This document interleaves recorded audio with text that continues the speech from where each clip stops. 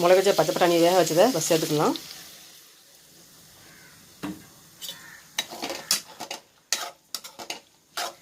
அதுக்கு பிறகு உருளைக்கிழங்கு லைட்டாக மசிச்சுட்டு சேர்த்துக்கலாம்.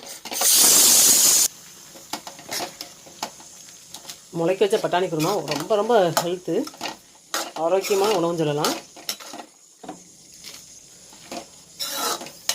பயிரை ஊற வச்சாலே நமக்கு வந்து வாயுத்தன்மையாக நீங்கிடும்.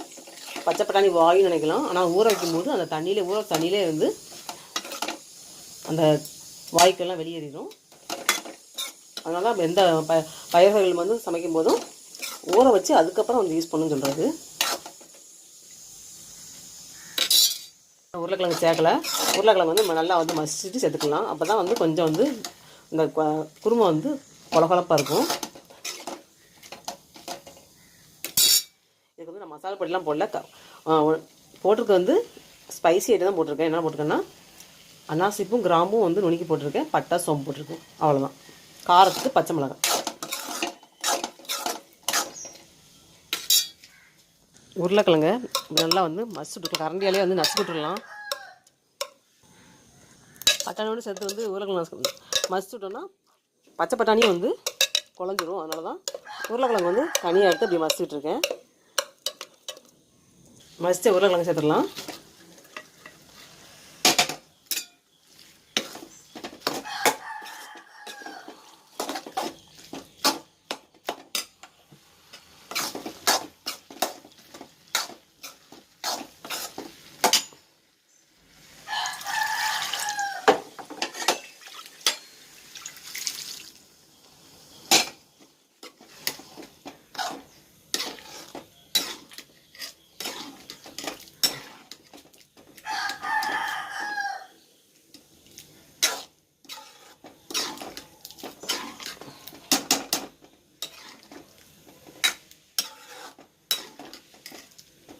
முளைக்க வச்ச பச்சை பட்டாணி உருளைக்கிழங்கு குருமா.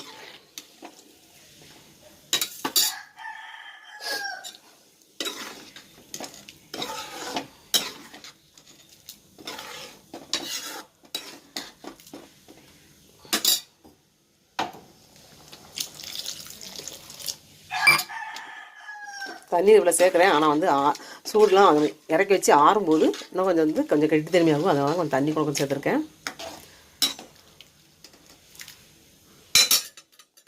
மூடி வச்சிடலாம்.